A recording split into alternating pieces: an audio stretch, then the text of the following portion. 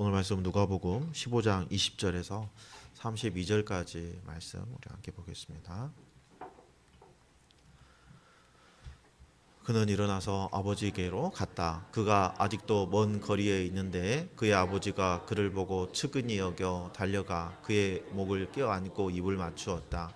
아들이 아버지에게 말하였다. 아버지, 내가 하늘과 아버지 앞에 죄를 지었습니다.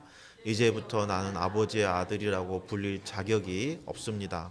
그러나 아버지는 종들에게 말하였다. 어서 가장 좋은 옷을 꺼내어 그에게 입히고 손에 반지를 끼우고 발에 신을 신겨라. 그리고 살진 송아지를 끌어다가 잡아라. 우리가 먹고 즐기자. 나의 이 아들은 죽었다가 살아났고 내가 잃었다가 되찾았다. 그래서 그들은 잔치를 벌였다.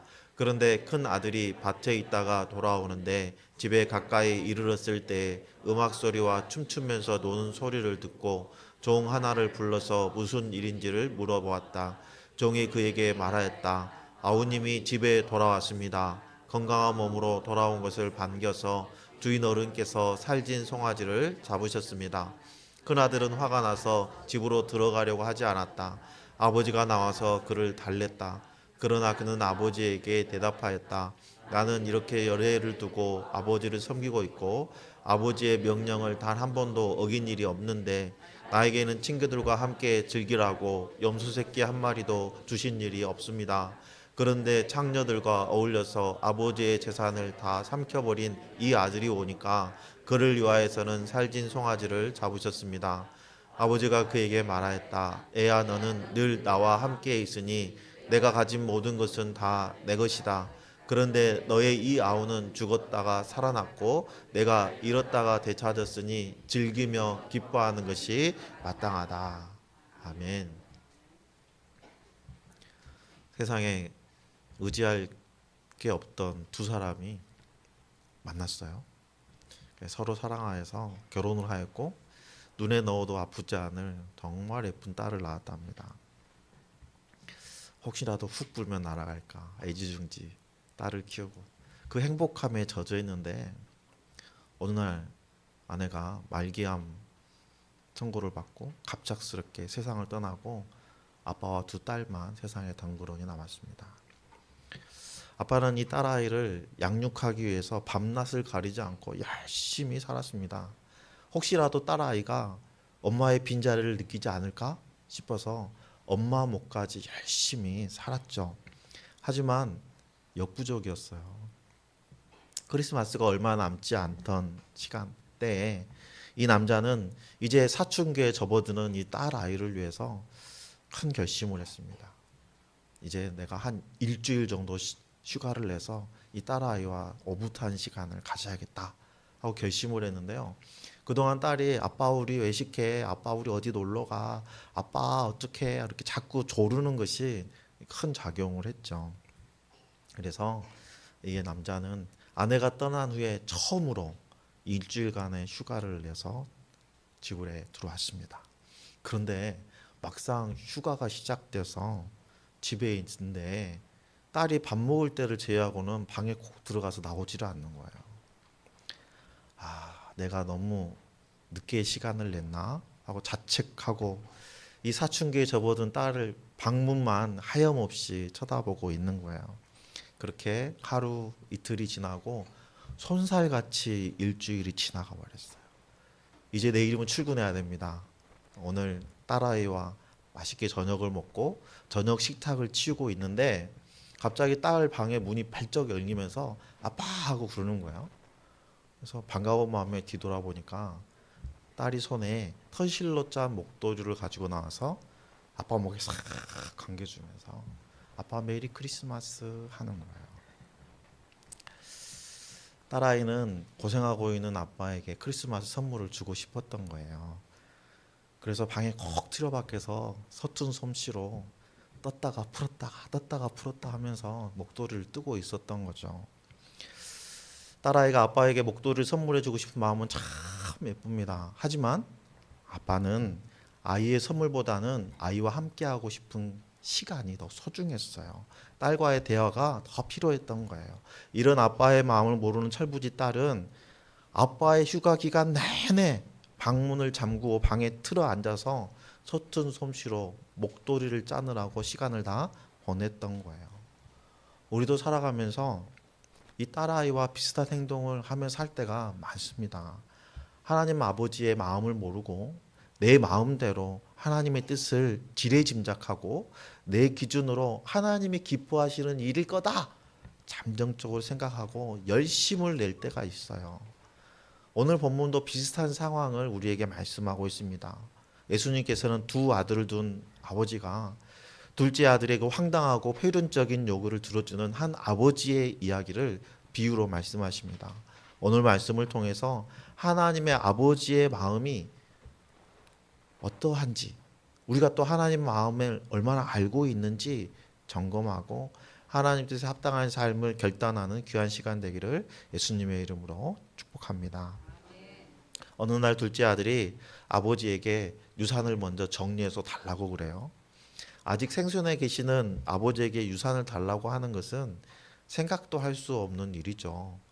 그런데 아버지의 결단이 더 충격적입니다. 아버지는 이 아들의 요청을 듣고 큰아들과 상의해서 재산의 3분의 1을 아들 몫을 주죠. 큰아들은 장자권이 있기 때문에 두 몫의 재산을 받게 돼 있으니까 총 3등분해서 3분의 2는 큰아들에게, 3분의 1은 작은 아들에게 주게 된 거예요. 이 재산을 받은 둘째 아들은 즉시 그 재산을 현금으로 바꿔서 먼 이방인의 땅으로 떠납니다. 아마도 이 둘째 아들은 아버지 품 안에 있는 게 아버지가 나를 속박하고 있다? 아버지의 품을 벗어나면 행복한 자유로운 삶을 살 수 있다? 라고 착각했는지도 몰라요. 그래서 마치 요나가 하나님의 얼굴을 피해서 욥바로 가고 욥바에서도 배의 가장 밑창 하나님으로부터 가장 먼 자리까지 내려갔다가 오히려 더 깊은 물고기의 뱃속에 들어가서 3일 밤낮을 지냈던 것처럼 이 둘째 아들은 아버지를 피해서 아버지의 영향력이 미치지 않는 머나먼 땅으로 떠났던 거예요. 아버지를 떠난 이 아들이 그곳에서 한 행동은 방탕하게 살면서 아버지에게 받은 모든 재산을 낭비하는 것이었어요. 그렇게 가지고 갔던 모든 재산을 탕진했을 때 공교롭게 그 땅에 기근이 들었어요. 그래서 굶주리게 됩니다. 그래서 이 둘째 아들이 먹고 살아야 되잖아요. 살기 위해서 이방인에게 몸을 의탁하고 들에 나가서 유대인들이 그렇게 부정하다고 거부하는 돼지를 치는 일을 합니다. 그런데 그의 비참함은 거기서 끝나지 않죠. 너무 배가 고프니까 돼지가 먹는 그 쥐의 열매로 배를 채우고자 하지만 그 쥐업 열매조차도 주는 사람이 없었다는 거예요. 어떻게 보면 부정한 돼지를 치는 것도 서러운 일인데 돼지보다도 못한 삶을 살아가고 있는 거예요. 정말 수치스러운 삶을 살게 된 거예요. 그렇게 인생 막다른 길에 몰렸을 때 그때서야 아들은 아버지의 집을 생각합니다. 그동안은 어떻게든지 내 힘으로 살아보겠다고 발버둥을 쳤는데 극단의 상황에 이르게 되니까 그제서야 아버지의 집이 생각이 난 거예요. 이 둘째 아들은 자신이 지금까지 행한 일이 얼마나 큰 죄였다는 것을 깨닫고 아버지에게 가서 용서를 빌어야겠다라고 마음을 먹었어요. 그리고 아버지를 만나서 자신은 더 이상 아들로 생각하지 말고 품꾼의 하나로 봐달라 이렇게 요청할 생각했어요. 품꾼으로라도 아버지의 집에 머물고 싶었던 거예요. 그렇게 아들은 그 있던 자리에서 떠나서 아버지의 집으로 갑니다. 아들이 아직 아버지의 집에서 멀리 있는데 아들을 한눈에 알아본 아버지가 한달음에 달려가서 아들의 목을 껴안고 그 남노하고 오랜 여정으로 해서 더러워진 그 아들의 얼굴에 입맞춤을 합니다. 여러분 당시 헬라 문화는요 개인적인 성향이 굉장히 강했어요. 그런데 히브리 문화는 좀 달랐거든요. 히브리 문화는 가족 공동체를 굉장히 중요하게 생각하는 공동체였어요. 그래서 이 아들이 이 동네에 들어와서 동네 사람의 눈에 띄게 되면 아들이 표륜적인 행동을 하고 먼 나라로 날아갔다는 것을 알고 있잖아요. 동네 사람들 어떻게 반응할까요? 돌을 들어서 아들을 칠 것입니다. 최소한 이 아들을 그 동네에서 쫓아내버릴 거예요. 이거를 잘 알고 있는 아버지께서는 자신의 수치를 무릅쓰고 동네 사람들보다 먼저 나아가서 아들을 맞이한 거예요. 아들도 이걸 모르는 게 아닙니다. 아들은 아버지의 환대에 더욱 죄송한 마음이 가득하죠. 그래서 이렇게 얘기합니다. 아버지, 내가 하늘과 아버지 앞에 죄를 지었습니다. 이제부터는 나는 아버지의 아들이라고 부를 자격이 없습니다. 이렇게 회개를 한 거예요.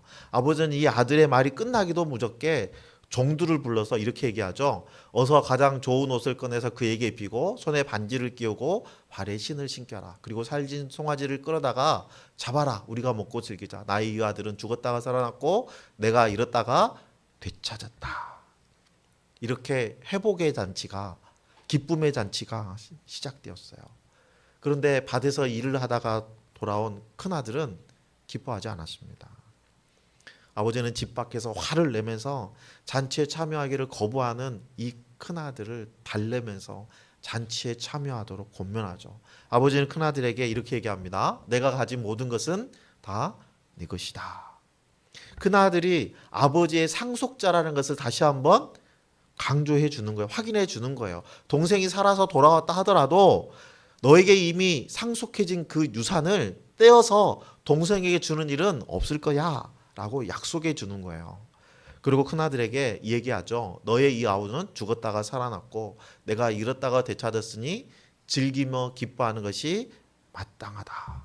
이렇게 회복의 잔치, 기쁨의 잔치로 초청하고 있어요. 예수님의 비유는 여기까지입니다. 큰아들이 잔치에 참여했는지 여부는 예수님이 말씀하지 않으세요. 이렇게 열린 구조로 비유의 말씀을 마치시고 계세요. 그렇다면 여러분, 예수님께서 이렇게 열린 구조로 이 비유를 마치시는 저희가 뭘까요? 둘째 아들에 대한 앞부분의 비유는 가출했다가 몰락했다가 회개하고 회복하는 이런 사이클, 이스라엘 백성들의 그런 삶의 모습과 비슷하죠. 이러한 모습을 강조했다면 큰아들에 대한 뒷부분에 대한 비유는 미완성으로 남겨주셨단 말이에요. 여기서 우리는 앞부분보다 뒷부분에 예수님의 관심이 더 크다라는 것을 알 수 있습니다. 큰아들에 대한 이야기가 미완성인 상태로 열린 결말을 맺었다는 것은 이후로도 지속적으로 이에 대한 이야기가 이어질 수밖에 없는 거죠. 그리고 오늘 본문에 문맥을 고려해 보면 예수님의 관심사가 청중들의 관심이 싹 쏠려 있는 둘째 아들이 아니라 청중들이 관심을 가지고 있지 않았던 큰아들에게 있다는 것을 우리가 알 수 있죠. 큰아들에 대한 언급이 오늘 말씀이 포함된 누가복음 15장에 언급된 비유 중에 하나죠. 15장에는 총 3가지 비유가 들어있죠. 잃어버린 양을 찾은 목자의 비유, 잃어버린 드라크마를 찾은 한 여인의 비유, 그리고 잃어버린 아들을 되찾은 아버지의 비유가 이어지는데 이 비유는 예수님을 비난하는 바리새인들과 서기관들을 향한 말씀이었다는 거예요. 이걸 고려하면 큰아들을 통해서 서기관들과 바리새인들에게 주시는 교훈이 있다라는 것을 우리가 알 수 있죠. 그렇다면 오늘 이 비유를 통해서 우리에게 하시는 말씀은 뭘까요? 우리에게 주시는 교훈은 뭘까요? 첫 번째는 어떤 죄를 지었어도 회개하고 돌아오면 용서받을 수 있다는 거예요. 아버지의 재산을 탕진한 둘째 아들은 아버지의 잔치에 참여했어요. 그러나 동네 사람들에게 아버지를 잘 모시는 것으로 소문나고 효자로서 인정받던 큰아들은 이 잔치에 참여하지 않았습니다. 상식적으로 생각할 때 아버지를 떠나 있던 둘째 아들보다는 아버지의 곁을 지키고 있는 큰아들이 잔치에 참여할 가능성이 매우 높죠. 그런데 결과는 어땠습니까? 정반대였습니다. 큰아들은 잔치에 참여하는 것을 거부하면서 이렇게 얘기합니다. 나는 이렇게 의뢰를 두고 아버지를 섬기고 있고 아버지의 명령을 한 번도 어긴 일이 없는데 나에게는 친구들과 함께 즐기라고 염소새끼 한 마리도 주신 일이 없습니다. 그런데 창녀들과 어울려서 아버지의 잔을 다 삼켜버린 이 아들이 오니까 그를 위해서는 살진 송아지를 잡았습니다. 이렇게 불평과 불만을 확 쏟아놓은 거예요. 그렇다면 여러분, 이 큰아들이 동생이 창녀들과 어울려서 아버지의 재산을 다 삼켜버렸다고 판단하는 근거가 뭘까요? 동생이 어디 있는지도 모르는데 사람을 보내서 동생이 어떻게 살고 있는지 확인했을까요? 지금처럼 정보통신이 발달되어 있지도 않은데 전화해가지고 알아봤을까요? 아니에요. 그냥 짐작했을 뿐입니다. 그 많은 돈을 가지고 이렇게 빈털터리가 돼서 돌아왔다면 그것밖에 없어 라고 지레 짐작하고 정죄하는 거예요. 예수님은 동생이 주색이 빠져서 가지고 갔던 재산을 다 탕진했다고 말씀하지 않으셨어요. 예수님은 둘째 아들은 돈을 흩뿌리듯이 낭비하였다라고 말씀하십니다. 13절에 보면 방탕하게 살면서 그 재산을 낭비하였다라고 말씀하시는데, 이 방탕하다라는 단어에 사용된 이 단어는요, 디아스코로피조라는 단어인데 낭비하다, 흩어뿌리다 이런 의미를 가지고 있어요. 둘째 아들은 가지고 있는 돈을 막 확 뿌리듯이 이렇게 낭비하면서 살았다는 거예요. 씀씀이가 너무나 해뻤다는 것입니다. 그런데 이 비유를 듣는 사람들은 동생은 주색에 빠져서 가지고 간 재산을 다 탕진했다라고 주장하는 큰 아들의 말에 동의하고 있는 거예요.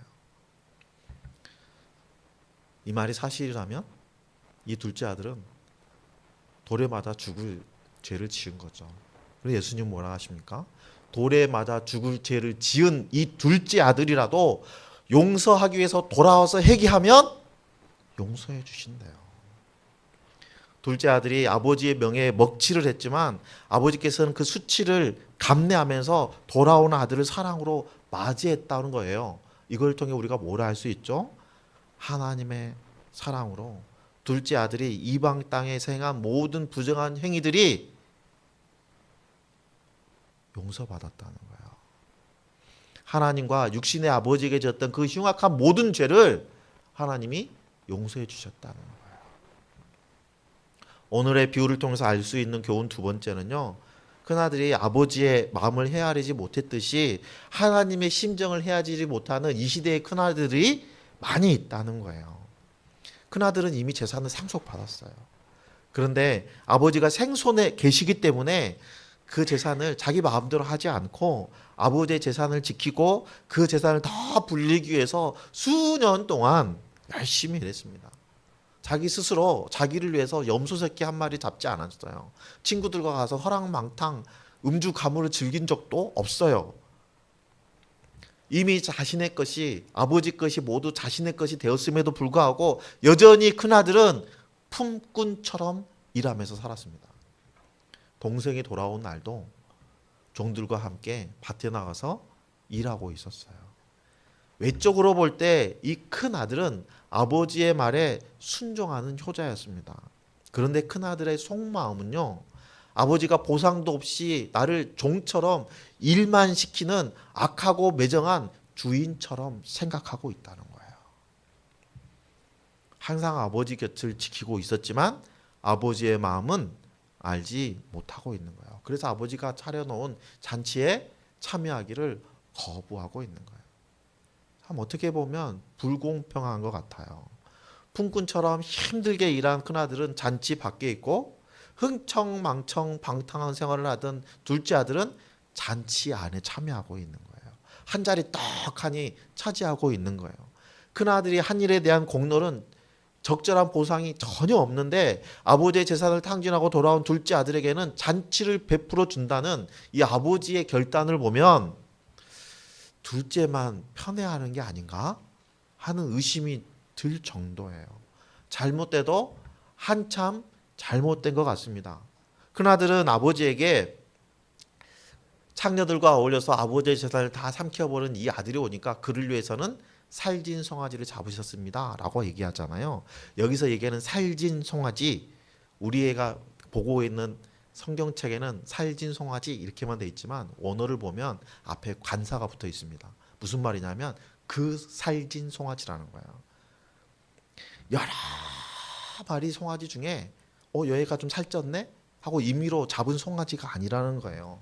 아버지는 언젠가 아들이 돌아올 것이라는 것을 믿고 아들이 돌아오면 잔치를 벌일 생각으로 송아지 하나를 정해놓고 정성 들여서 그 송아지를 관리했다는 것입니다. 따라서 큰아들도 그 송아지를 알고 있어요.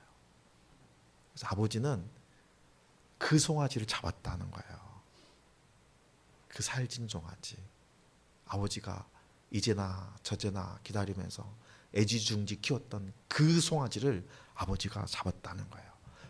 그걸 다 알고 있으면서도 이 큰아들이 기뻐하지 않는 것은 둘째 동생을 자기 동생으로 인정하지 않기 때문입니다. 정죄하고 있기 때문이에요.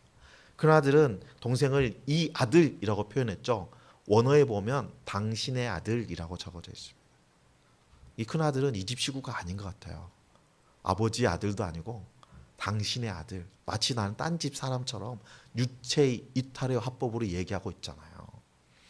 큰아들은 그저 돈 때문에 자기 동생을 품꾼의 하나처럼 생각하고 아버지도 떠날 태세인 거예요.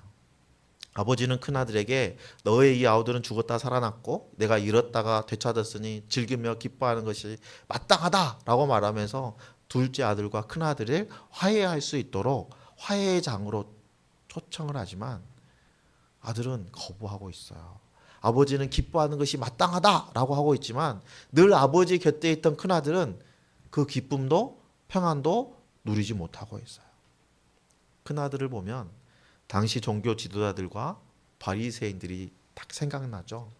그들은 하나님을 위해서 헌신하는 사람들이었어요. 백성들에게 율법을 가르치고 종교적으로 모범을 보이는 사람들이었습니다. 그런데 그들 안에는요, 하나님이 주신 기쁨이 없었어요.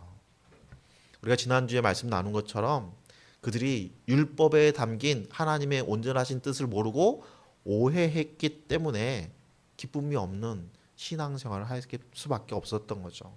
바리새인들과 종교 지도자들은 성경을 열심히 연구하는 사람들이었지만 말씀을 곡해하고 하나님에 대해서 오해하여서 이미 이 땅에 시작된 하나님의 나라에 참여하지 못했죠. 마찬가지입니다. 큰아들 역시 아버지에 대해서 오해가 쌓이고 쌓여서 아버지의 사랑을 깨닫지 못하고 불평과 불만을 늘어놓고 살다가 기쁨의 잔치에 참여하지 못하는 결과를 보게 된 거예요.